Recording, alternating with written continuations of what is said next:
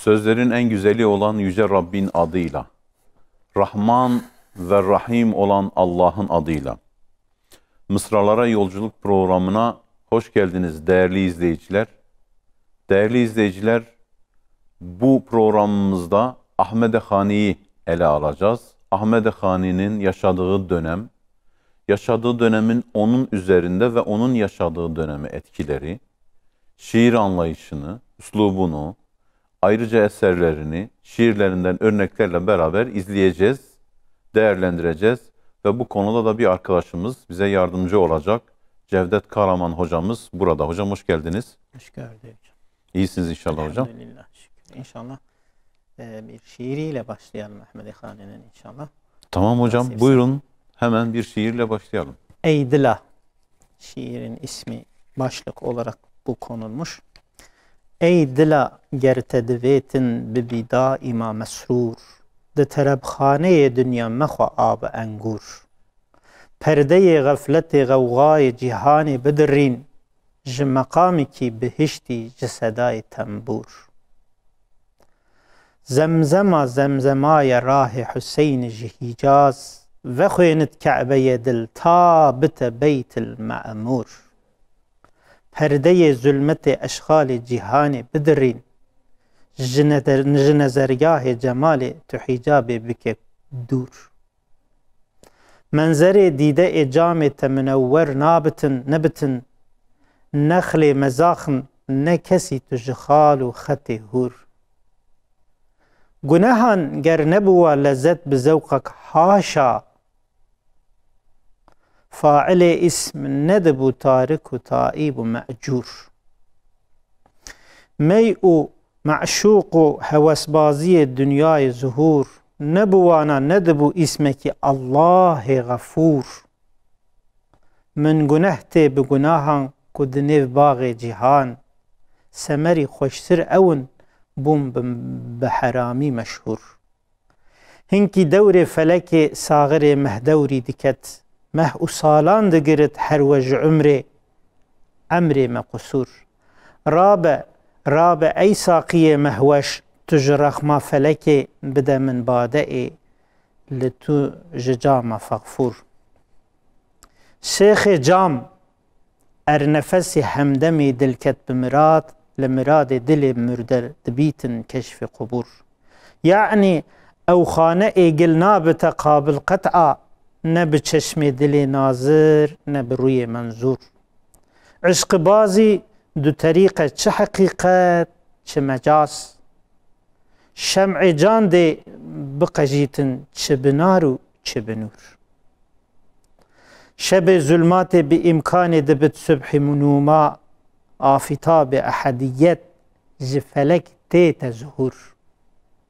Seru malu dilu cani me fidâ-i tebitin, bike kalbi me tusaki ji şeraba xwe tehur. Da bikem keşfi makamat-ı ulû-i derecat, ya bikem keşfi keramat-ı jidâra mensûr. Allah rahmet eylesin. Amin. Hocam bu onun uyan gönül. Yok değil. Ey gönül diyor. Eğer gönül. Dünyada mutluluğun bir kaynağını arıyorsan, daha çok tasavvuf eksenli bir şiir. Ey gönül, eğer dünyada mutluluğa dair bir şeyler arıyorsan, dünyanın zevk-u sefasının kaynağı olan ab-ı engurdan çok da, yani dünyevi şaraplardan uzak dur. Ab-ı engur orada bir istiyare olarak kullanılmış olsa üzüm gerek. suyundan şarap üretilir ama yani bunu sen ahirette bu zevk-u sefayı tadacaksın. Dünyanı da ancak bu zevkten mahrum kalarak ma'mur edebilirsin, mesrur olabilirsin, mutlu olabilirsin. Aklıma hemen ne geldi biliyor musunuz hocam? Resulullah Aleyhisselatü Vesselam'ın yani içki bütün kötülüklerin anasıdır hadis-i şerifi ifade var ya. Yani demek gerçekten uzak durulduğu zaman hemen hemen bütün kötülüklerden arındırılmış bir hal oluyor. Yani ben şairin ona vurgu yaptığına inanıyorum. Bundan uzak dur ama sen mutluluğun asıl kaynağını bundan uzak durmakla öte dünyada tadacaksın. Ama bu dünyanın da mamur olman mutluluğunu istiyorsan sarhoş edici şeylerden uzak dur. Ve şunu diyor, gaflet perdesini şöyle bir üzerinden at. Yani bir uyan, aklını çalıştır. Evet. Bir bak çevrene. Ji makamı ki behişte ji sedai tanibur. O makam ki adına cennet diyorlar ve orada eğlencenin, burada tembur, saz bağlama ifadesini kullanıyor. Mecazi bir anlamdır. Evet, evet. Orada senin her türlü zevkine hitap eden bir dünyanın da kaynağı olacaktır. Dünyevi şeylerden uzak durmakla. Böyle bir giriş yapıyor tabii şiirle. İfadeleri tasavvuf kokan ve tasavvufla ilişkilendirebileceğimiz durum ki bu yanlış olmaz. Ama şöyle bir durum var hocam.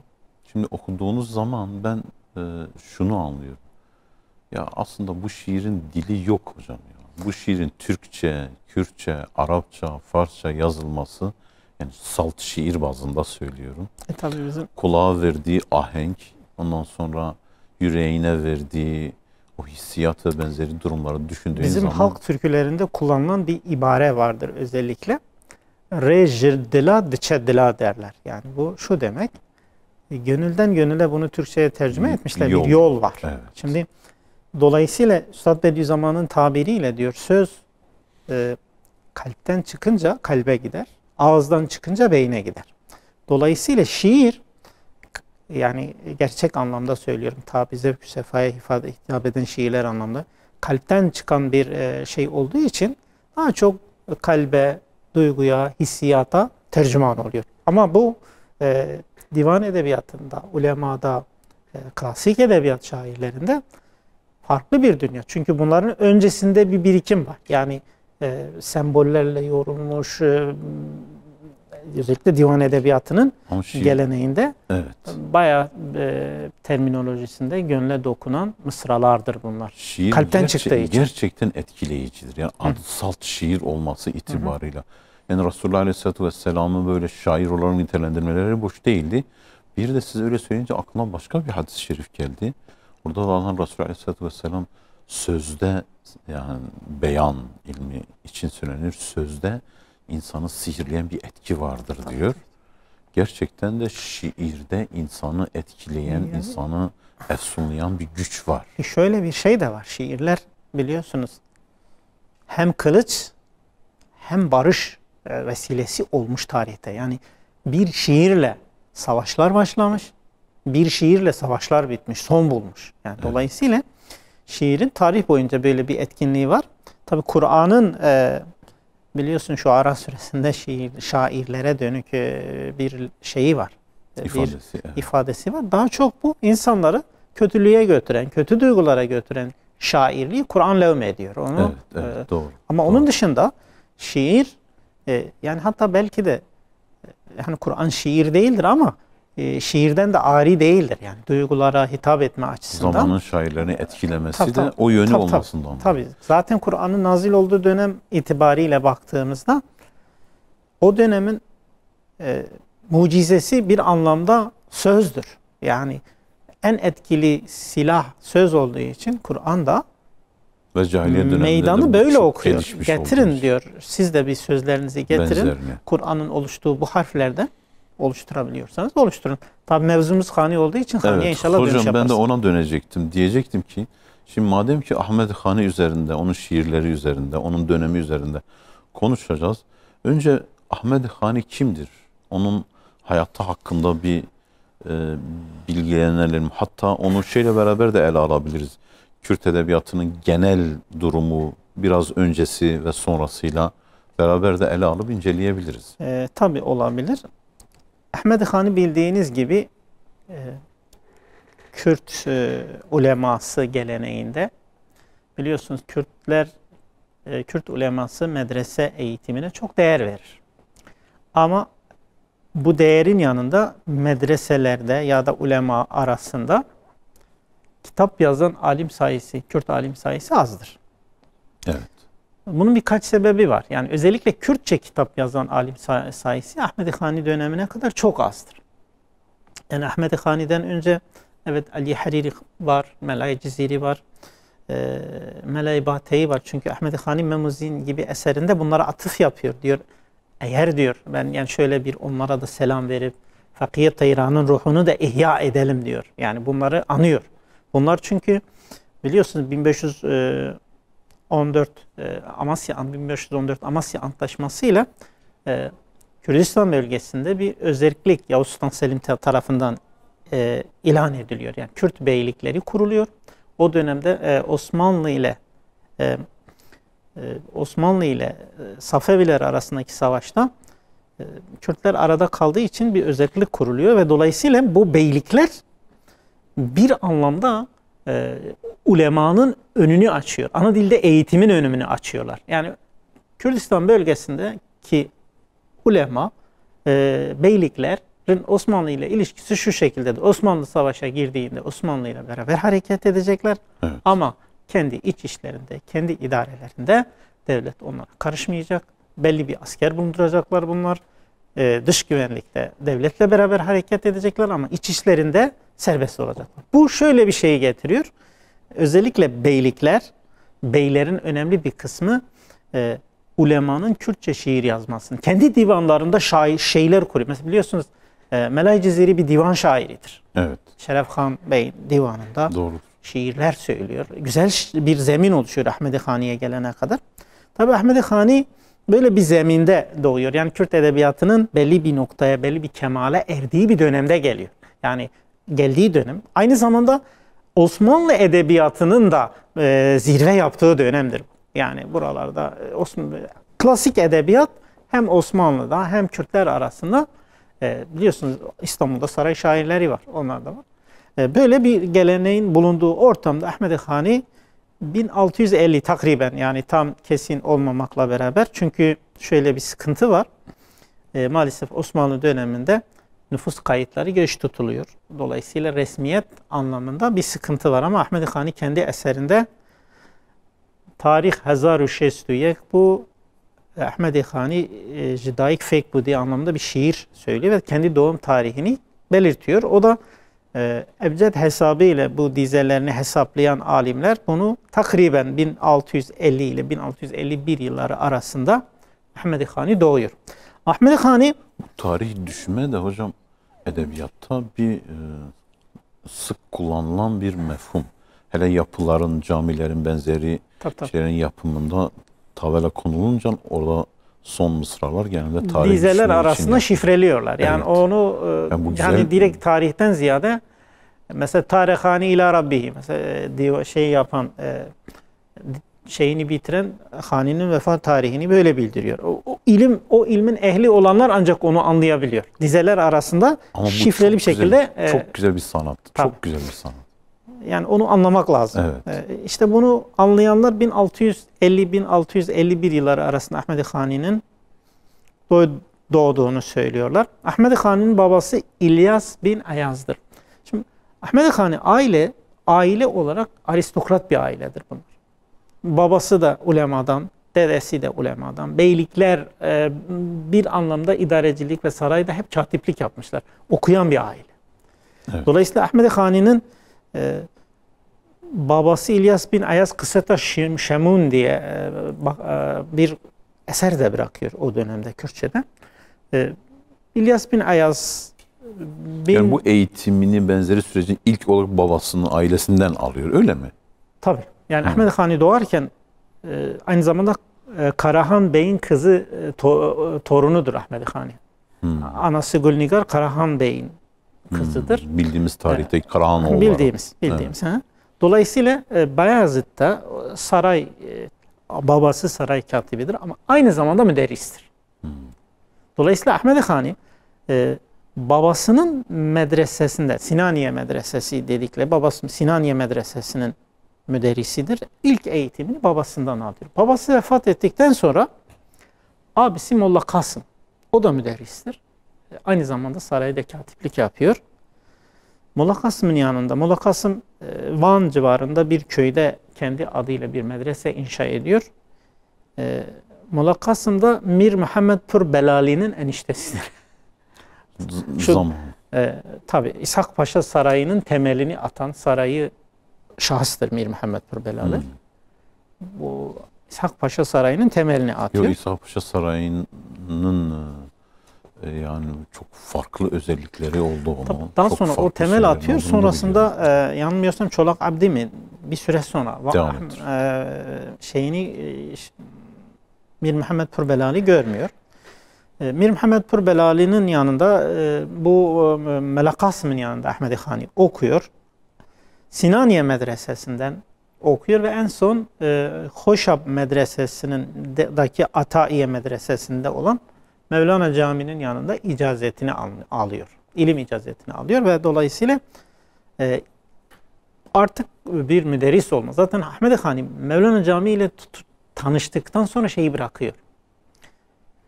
Sarayı ve saray katipliğini terk ediyor. Medreseyle ve talimle, eğitimle meşgul oluyor.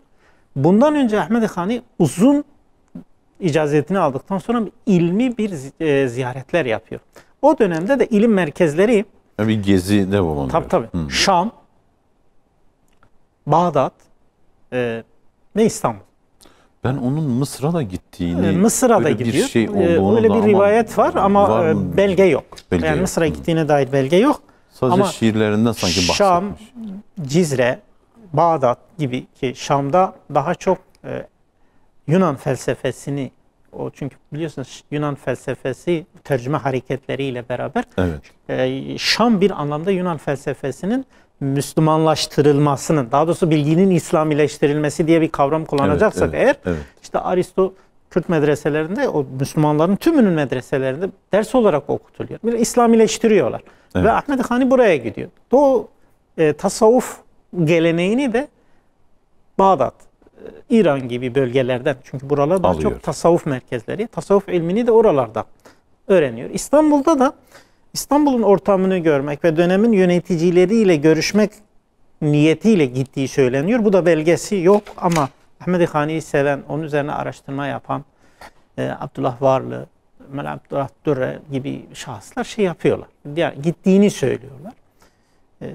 Doğrusu Ahmed Hani'nin eserlerine baktığımızda, eserlerinin detayına indiğimizde bu şey bize kanaatimizi de güçlendiriyor. Gitmiştir diyoruz Ahmed Hani. Çünkü gerçekten derin Doğu ve Batı edebiyatına vakıf.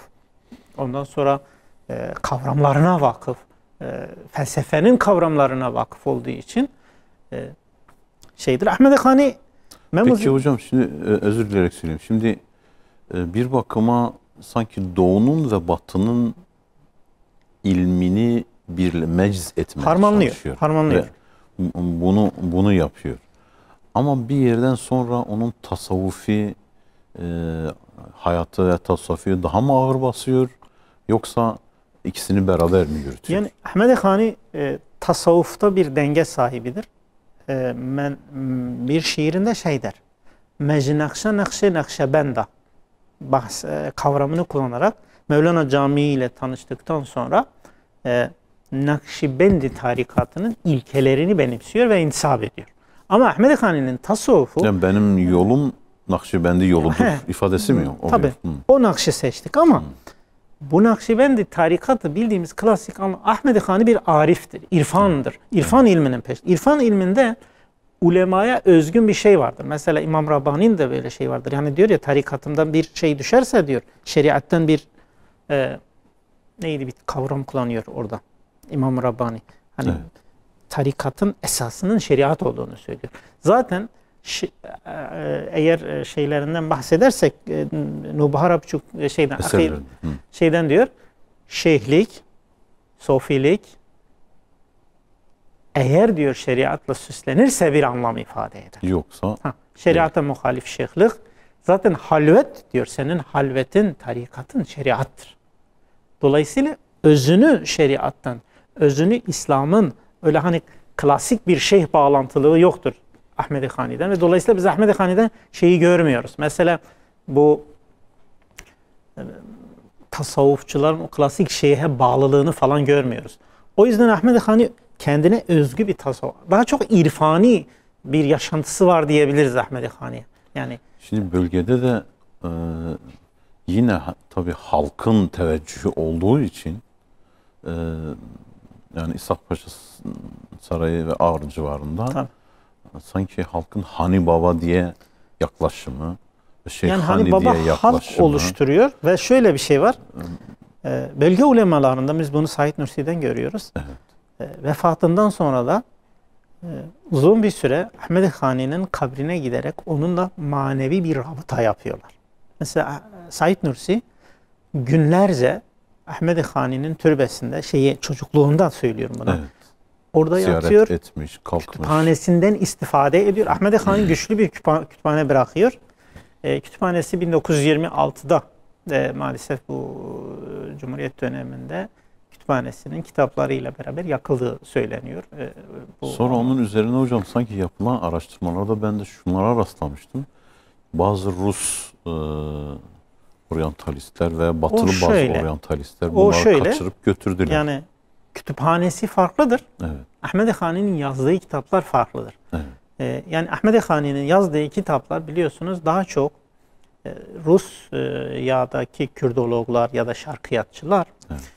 Ruslar bu bölgeye gelince Kürtler üzerinde bir Kürtleri tanımak istiyorlar. Yani daha doğrusu Kürtleri Osmanlı'ya karşı onların gücünden istifade etmek, belki kullanmak için o Alexander Jabalar falan, Erzurum konsolosu falan bunlar Mela Mehmedi Bayezid'in de görevlendirilmesiyle Mela Mehmedi Bayezid birçok Ahmed Hani'nin de eserleri içinde olmak üzere el yazması eserleri kendi eliyle yazıyor. Alexander Jaba'ya veriyorlar. Bunlar Petersburg Kütüphanesi'ne gidiyor. Şimdi bazen insan hani diyor ya Allah hırsızdan razı olsun gibi bir şey diyoruz. Belki de bu eserler bugün oralardan çıkıp geliyor birçoğu. Yani Batılılar da İslam alemi üzerindeki Müslümanlar sevdikleri için değil. Yani adamlar geliyor. Evet. Şimdi o dönem şeyler 18. yüzyıllar biliyorsun milliyetçi duygularının yayıldığı dönemlerdir ve burada yani her kavmi tanıyarak, damardan girerek onları Müslümanları bölmek istiyorlar. Yani onların niyeti kötü olabilir. Yani ama, hayrımıza kaçırmasalar da 100 yıl sonra hayrımız olmuş. Sonuçta bu eserler orada çoğu şey yapıyor. Ama bununla beraber tabi medreselerde değişik alimlerin elinde şey oluyor. Ahmed Hani'nin eserleri el yazması şeklinde duruyor. Yani mesela Meküsli Hamza Bey İstanbul'da bunu bastırıyor. Şam'da bastırılıyor. Azerice'ye çevriliyor Memuzin isimli eseri. Şiirleri, divanı hakeza öyle. Yani maalesef Rusya'da işte o da adamlar çalıyorlar da. Bir nevi hani Bağdat Müzesi'nin birçok tarihi eserler Avrupa'da çıkıyor ya biz zannediyoruz Avrupalılar böyle Müslümanları çok sevmiş. Tarihi eserlerini öyle bir şey yok. Adamlar talan edip götürmüşler. Resmen. Çalmışlar, talan etmişler ama bu Müslümanların lehine olmuş. Yani daha doğrusu halkın lehine en azından bir eser bir yerde korunmuş. Yani bugün ona ulaşabiliyoruz. Belki bu anlamda hayırlı olmuş. O günün şartlarında. Hocam şöyle bir dörtlüğü var. Diyor ki ey hani ömrünü tüketme boş ve bilinçsiz. Ey çok hevesli. Talebin yok ki paydan kalmışsın nasipsiz. Yüce sanatkarın hiç kimseye yoktur ihtiyacı. Evet. Ancak çalışanadır onun lütfu, evet. iyiliği ve ilacı. Şimdi düşünüyorum da bu Türkçe'ye çevrilmiş. Tabii orijinali de şu. Onun için biraz önce de dedim ya hocam şimdi yani şiirin orijinalini ve etkisini bir kenara bırakarak söylüyorum. Ya söz her dilde yürekten çıktığında karşıdakini gerçekten etkiliyor. Kesinlikle etkiliyor. Hele eğer bir de kendisi bununla amil biri ise. Evet. Buyurun. Söze sihir diyorlar. Evet. Tabii sözün sihirsel bir gücü var elbette. Orijinali de şu. Fate ömre fi hevâke ya habibi kulle hal. Arapça şeyinde bütün ömrümü senin uğrunda heba ettim. Ey sevgili. Ahunalem hem demem şu der firakat mahusal. Her an, her dakika, her saniye ahuna inleyişlerle geçirdim senin uğrunda. Ger benim kanım dilersen. Çoktan olmuştur helal. Eğer beni öldürmek istiyorsan, katilim olmak istiyorsan zaten ben kanımı sana helal etmişim diyor. Dinu ebter bumcu işkî minnema aklükeme. Zaten senin aşkın, sana olan sevgi benim aklımı çeldi. Artık akıl diye bir şey bende yok. Yani ben senden başka bir şey düşünemiyorum ki. Öldürüyorsan öldür. Bunu iki anlamda düşünebiliriz. Yani gerçekten fiziken birini seversiniz. Böyle bir şeydir. Sevginin böyle bir özelliği vardır. Fiziki sevdiğiniz insan birçok sağduyunuzu yitirirsiniz. Yani kendinizi bir anlamda ona kurban edersiniz. Mantık gider, duygusallık kalır. Yani bu anlamda helak edersiniz kendinizi. Ama bu sevgiyi biz şunu biliyoruz. Tasavvufta mecazden hakikate bir sevgi vardır. Yani mecazi bir aşk yaşarsınız ki Ahmed Hani'nin Memuzin eseri budur. Veya Leyla ile Mecnun. Leyla ile Mecnun. Evet. Mecazi bir aşktan sonra ilahi aşka dönüşür ve bu ebedileşir. Ve bu aşktan şey yoktur. Dünyada vuslat diye bir şey yoktur. Yani zaten vuslatın hani şey için diyorlar ya, Leyla Mecnun için diyorlar. Hani diyor Leyla ile karşılaştığında Mecnun şöyle bir bakıveriyor. Çöldedir. Diyor sen Leyla ise bu kimdir? Bu Leyla ise sen kimsin? Yani tarzında bir şey söylüyor ve artık bu gidiyor. Bu anlamda bu şiir aslında mülemmadır aynı zamanda. Aslında hocam sözünüzü kesiyorum. Aslında Fuzuli de bir yerden sonra artık Mecnun'u şey yapmamıştır. Yani sembol olmaktan çıkarmış. Hatırlıyorum onun bir ifadesi vardı. Mende Mecnun'dan füzun aşıklık istidadı var. Aşık-ı sadık menem, Mecnun'un ancak adı var. Yani aşık-ı sadık menem, yani benim. Gerçek aşkın aslında kendisi olduğunu Mecnun. Şimdi burada da bu dört eserde de Mem ve Zin'de de yani buna muadil olan bir hikaye mesela, var. İkinci şeyine bakalım. Ente fikri fi fuadi. Ente ruhi fil cesed. Fikrimde, ruhumda, cesedimde zaten sen varsın. Ben senim. Evet. Aslında bu hem vahdet-i vücuda da gidebilir. Doğrudur. Yani her şey sensin. Her şey Allah'ın yansımasıdır. Leşkeri gamhayetu mülkedilim virani kert. Farsça bu mülemmadır. Bir dizesi Arapça, bir dizesi Farsça, biri Türkçe, biri Kürtçe. Örneği çok azdır Kürt edebiyatında. Ahmed Hani'den önce var mı emin değilim ama Hani'den sonra Şevkiye Hani, birkaç kişi, ondan sonra Melek Halil-i Se'irdi, bir 3, 4, 5 örneği vardır. Fazla mülemmanın örneği yoktur Kürt edebiyatında. O zaman bunu biz izleyicilerimize şöyle mi söyleyelim? Şimdi bir şiir yazıyorsunuz, dörtlük olacak. Her biri bir ayrı bir dilden olacak. Yani diyelim Arapça, Farsça, Kürtçe, Türkçe. Çargoşe zaten çargoşedir. Yani 4 köşelidir. Bu şiir 4 dillidir. 4 mısranın 4'ü de ayrı bir dile aittir. Zaten Ahmed Hani için şöyle de söylemiyorlar mıydı hocam? Yani dillere iyi vakıftır. İyi derecede. Şimdi sen bir dilde şiir yazabiliyorsan yani iyi derecede vakıfsın demek. Ahmed Hani Kürtçe'ye çok vakıf. Evet. Arapça zaten biliyorsunuz Müslümanların dininin dili Arapçadır. Din dili Arapça. Kültür dili ana dili Farsçadır. Burada bu bölgede olan Kürtçe veya Farsçadır. Ana dil Kürtçedir. Evet. Farsça kültür dilidir. Evet. Türkçe de zaten o zaman resmi bir dildir. Evet. Kullanan. Dolayısıyla hani Üstad Bediüzzaman da bunun için diyor. Hani Türkçe, Arapça, Fars, Kürtçe benim maderimin dilidir diyor. Öyle bir 3 dilli şey diyor. Bir kavram kullanıyor diyor. Arapça, Fars, Türkçe, sünnet, Kürtçe caiz mi? Öyle bir tabir kullanıyor. Hani Medresetü Zehra'nın şeyini kullanırken. Evet. Dolayısıyla Ahmed Hani bu 4 dille de vakıf. Çünkü bu 4 dil hayatın içinde olan dillerdir. Yani bununla okuyorsunuz. Hayatın içinde olduğu için de öğreniyorsunuz aynı zamanda. Hani kullanılan diller belki benzetmek tuhaf olur ama birçok mesele biz Solan'da yaşıyoruz. Zazza kardeşimizle beraber yaşadığımız bir eğitim almadığımızdan Zazzaca'yı öğrenmiş oluyoruz. Yani sürekli ilişki içinde. Dolayısıyla Ahmed Hani gibi insanlar da bu şeyden dolayı bu 4 dil. Ama 4 dilde şiir yazmak ayrı bir şey. Ben onu söylüyorum. Sürekli ilişkisinde olmak ayrı, bir de şiir yazacak pozisyonda olmak ayrı. Dolayısıyla Kürt edebiyatta bunun örneği çok azdır.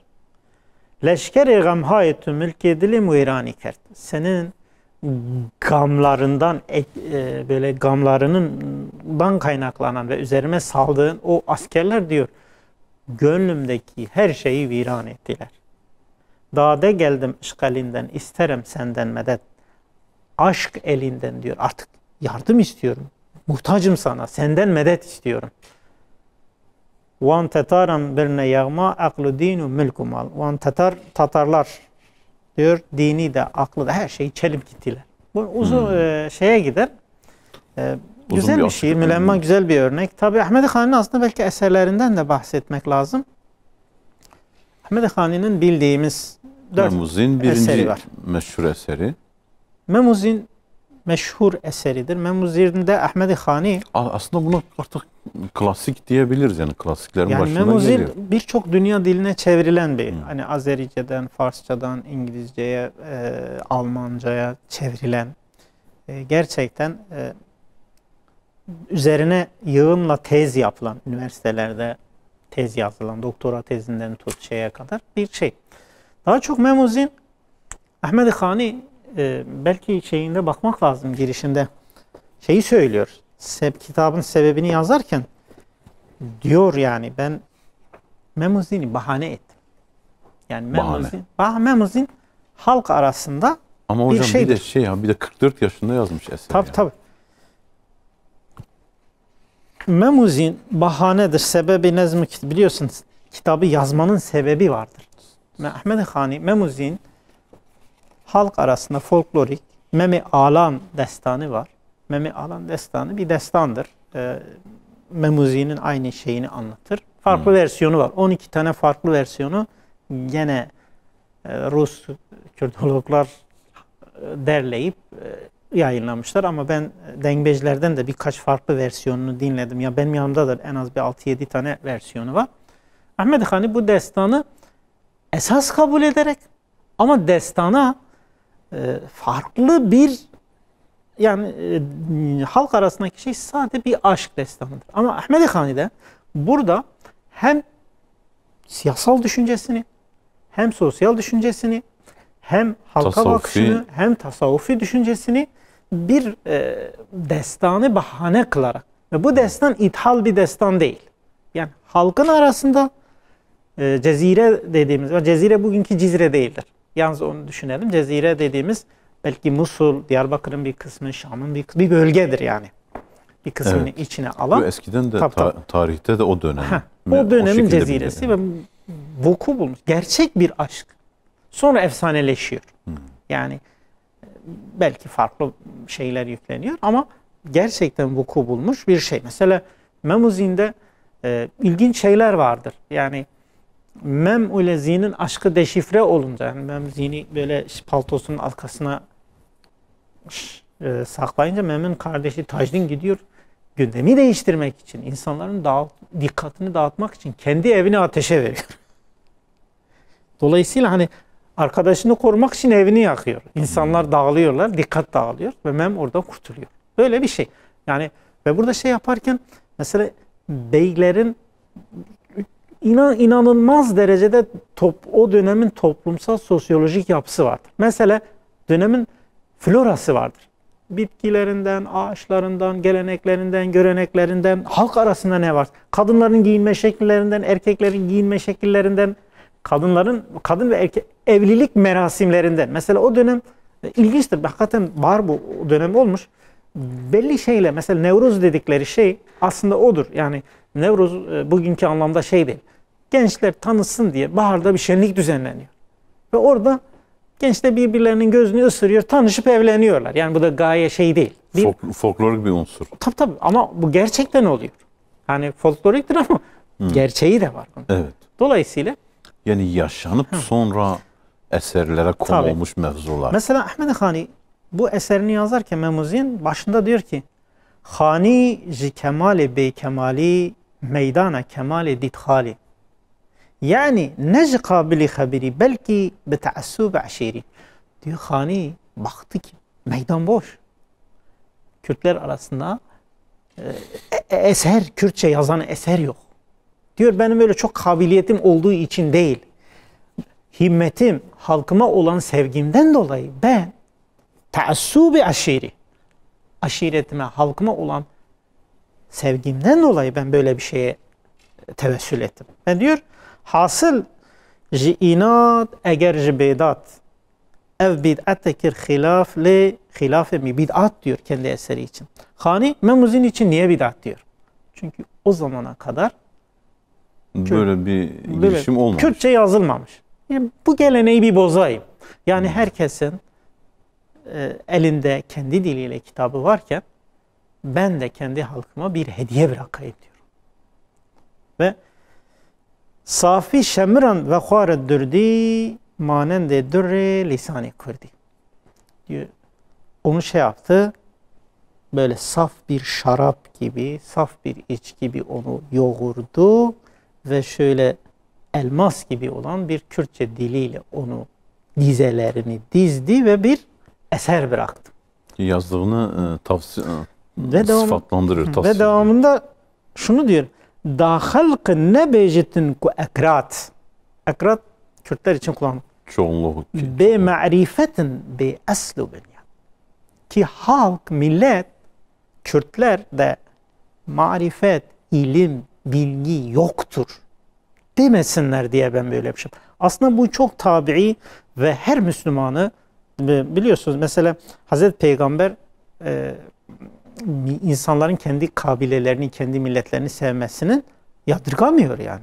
Evet. Ama onu onların ihyasında dünyalarını ve dinlerini ihya etmekten şey yapıyor ve tabi devamında enva'i milel hudan kitabın kurmanç tenedi behsebin. Bütün diyor milletin kitapları var ama Kürtlerin böyle bir şeyi yok. Devam tabi ödüyor uzun bir şey, detayına girmemek adına söylüyorum.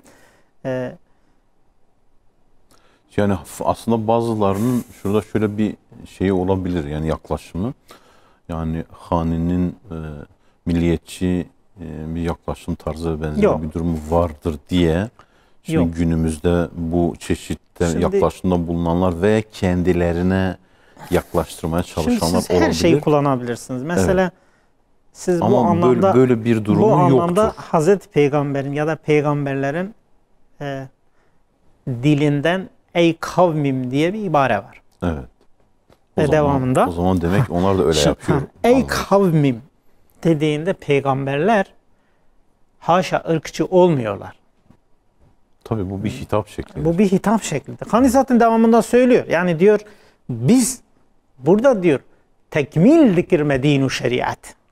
Yani bunun bizim gayemiz halka kendi dinini, kendi kültürüyle bu vesiledir diyor. Şimdi dil vesiledir. Evet. Diller vesiledir. Evet, siz bir bıçak gibidir. Yani zaten Hani'nin döneminde bugünkü anlamda bir milliyetçilik yok.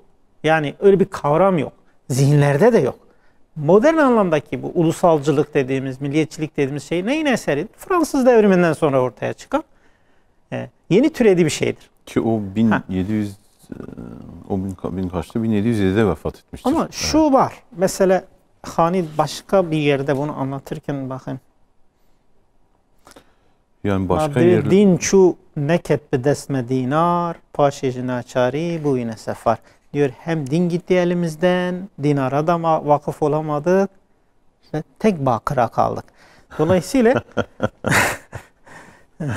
evet, dinar dünyayı temsil ediyor. Yani bu anlamda bakır değersizliği temsil ediyor. O da bile Hani yok. bir vakıf insanıdır. Yani Hani vakıftır, kendini vakfedilmiş. Ama bu anlamda şöyle bir şey var. Yani devamında belki bahsederiz. Osmanlı-İran Savaşı'nda Kürtler sınır boyu, iki ülkenin sınır boylarında yaşadıkları için bunlar savaşırken arada hep ayak altında Kürtler ezilmiş. Biliyorsun hani filler tepişirken çimler gider ya. Tabii şimdi biz Safevilere küfür ehli diyemeyeceğimiz gibi Osmanlı'ya da diyemeyiz. Yani iki tane devlet savaşıyor. Arada kalan bir millet arada gidiyor. Ve dolayısıyla mesela şöyle bir şey var. 1514'te Kürt 21 tane Kürt beyliği var. Bunlar şeye giderken önce Şah Tahmasp'la şey ediyorlar. Bunları tutukluyorlar. Bunları eziyet ediyorlar. Bunlar sonra İdrisi Bitlisi bunları organize ediyor ve Yavuz Sultan Selim'le bir araya gelince. Ama daha sonra beylikler de son veriyor. Mesela ilginçtir. 4. Murat mıydı yanmıyorsam? Bu Bağdat seferine giderken onu söylüyor. Şeye gidiyor. Bağdat seferine giderken orada şeyler istiyor. Aynı şey Şeyh Said'in dedesi için de söyleniyor. Bağdat'ı alıyor. Tabi Bitlis Bey, Abdalhan Bey bu durumu onu hem karşılamıyor hem de bu durumu çok hoş karşılamıyor. Bu sebeple büyük bir orduyla Melek Ahmet Paşa onların üzerinden gidiyor. Binlerce kitaptan oluşan kütüphanesini de yakıyor. Onu da öldürüyor, idam ediyor. Dolayısıyla bunlar hep haniden şey oluşturuyor. Yani bu şeyin hep mağduru biziz. Dolayısıyla bu şeyi çok kabul etmiyor. Yani bu arada kalmayı. Yani çünkü mesela Kürtler için şöyle goya kulli serhada kilidin her taife ki seddeke sedidin. Yani sınırda emniyet sübabı gibi kullanılmayı çok Kürtlere layık görmüyor. Ve şunu diyor, okuyun kendi dillerinizde, kendi kültürünüzde, kendi dininizi, kendi kitabınızı okuyun. Bu şey değildir, bu milliyetçilik değildir.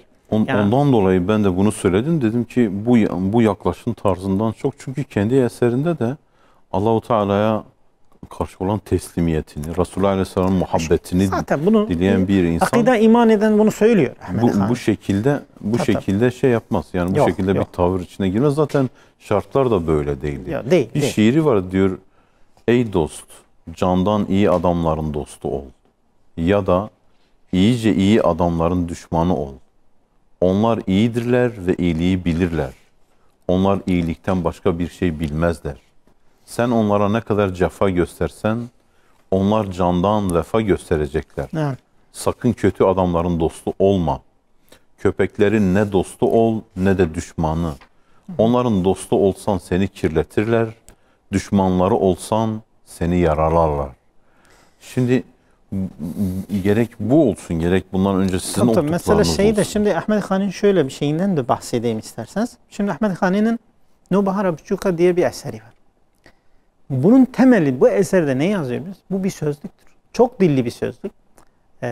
Kürtçe ve Arapça. Evet. Ve medresede okuyan çocuklara, bu aslında çocuklara Kürtçeyi öğretmek için yazılmış bir sözlük değil.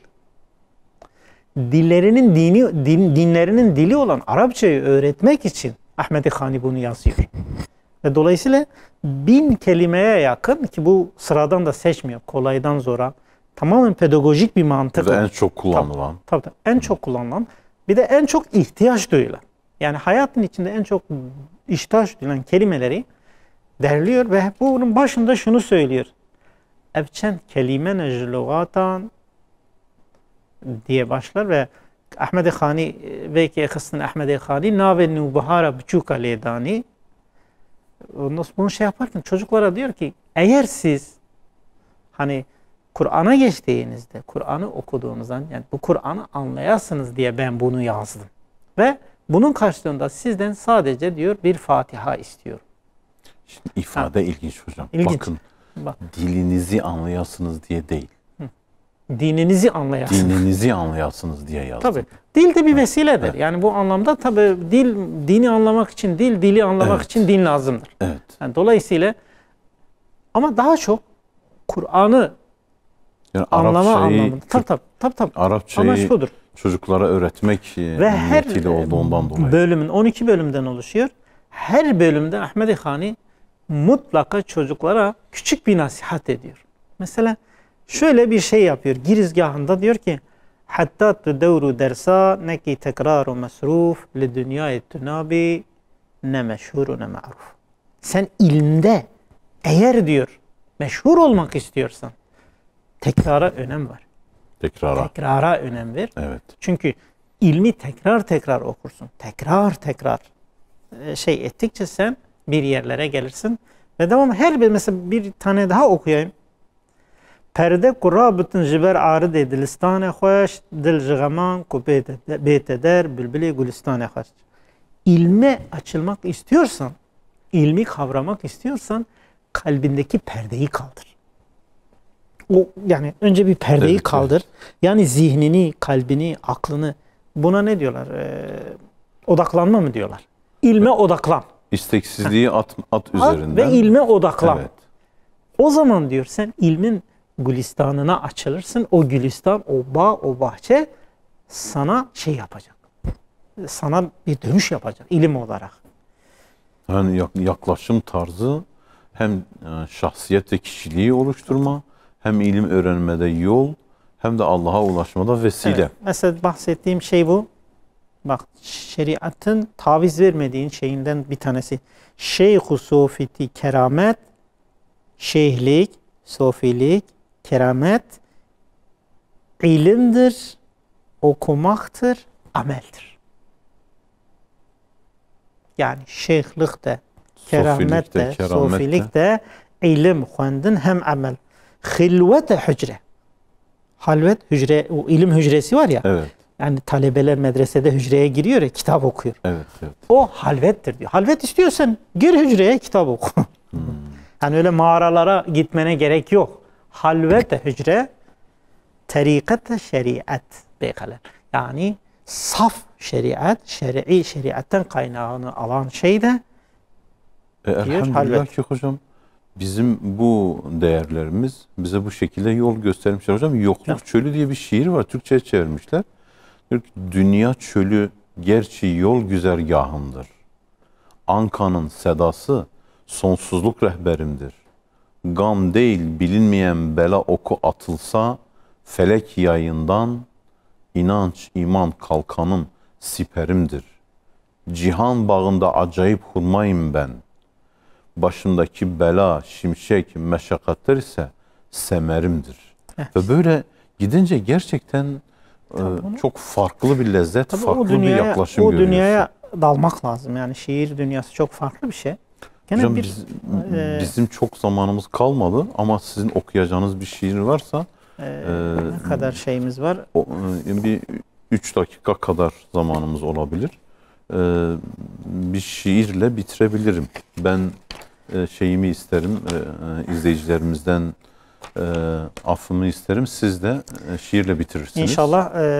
Biz başta şey yapmıştık. Zahedi halvetni. Şimdi biraz da acaba şerh edeyim mi bilmiyorum ama yani, okuyayım. Zaman kalırsa şerhine gireyim. O zaman ben izleyicilerimizden başka bir programda ve başka bir şair üzerinde tekrar konuşmak, başka misafirlerle bir arada olmak üzere izin isteyeyim. İnşallah bir dahaki programda farklı bir misafir ve farklı bir konuyu, farklı bir şairi ele alacağız. Hocam da bu şiirle bitirsin inşallah. Zaman kalırsa şerh ederim ama şiiri önce okuyayım. Allah'a emanet olun değerli izleyiciler. Zahid-i halvet nişin, pabest-i kerdar-ı khoy, tacir-i rihlet guzin, derbend-i dinar-ı khoy. Aşık-ı dilber habin, dildar-ı dildar-ı khoy, vi zamani her kesek be şübhe gamkhar-ı khoy. Be amel tuş kesmeke hivi ata-u himmeti, be garet nakeşitin kad kesbu kes zahmeti. Kes nehin kad hilgirit bari te'ube ücreti, gerçi isabet kuvi fikra keru bari khoy. Hoşiyar bi ya da ho şiyar bi daneki ömri xwe bê hasıl telef, lew kunaket fayde malu gencu evladu xelef. Maceraya xıdru divari yetimu bu selef, vi zamani herkesek mimari divari xoy. Yani biraz aslında belki burada durmak lazım. Şöyle diyor bir bak. Çok da o Hazreti Hızır hikayesine bir atıf yapıyor diyor. Evet onlar bir fedakarlık yaptı ama o zaman diyor, o zamanda geçti artık tarihte kaldı. Bu zamanda diyor herkes kendi duvarının mimarıdır. Artık kimse yetimleri koruyayım şeyinde değildir. Canezer ke ibrete pelak vaka bit savaş, ger nebitin iltifatı muçe u demru maaş. Şöyle diyor bir savaşlara bir göz gezdir. Savaşın kızıştığı anda eğer diyor cengaverlerin ganimet ya da maaş derdi olmazsa savaşacak halleri de olmaz. Artık buradaki Ahmedi Hani'nin buradaki şey bizim ganimetimiz Allah'ın bize vereceği ikramlardır. Ama burada devamında budur belki mecaz. Cündiye rımbazı faris nadıtın cani belaş, saata serbaziye hevici serdari koyya. O sihirbazlar da diyor öyle kendi oklarını belaşa atmıyorlar. Onları yönetenden bir şeyler bekliyorlar. Haniya ey hani zayi'meke vakti ko ey nadani kes. Bak nereye bağladı. Hani öyle zaman boş harcama. Beteleb nabi juvesli behremend ey bilheves.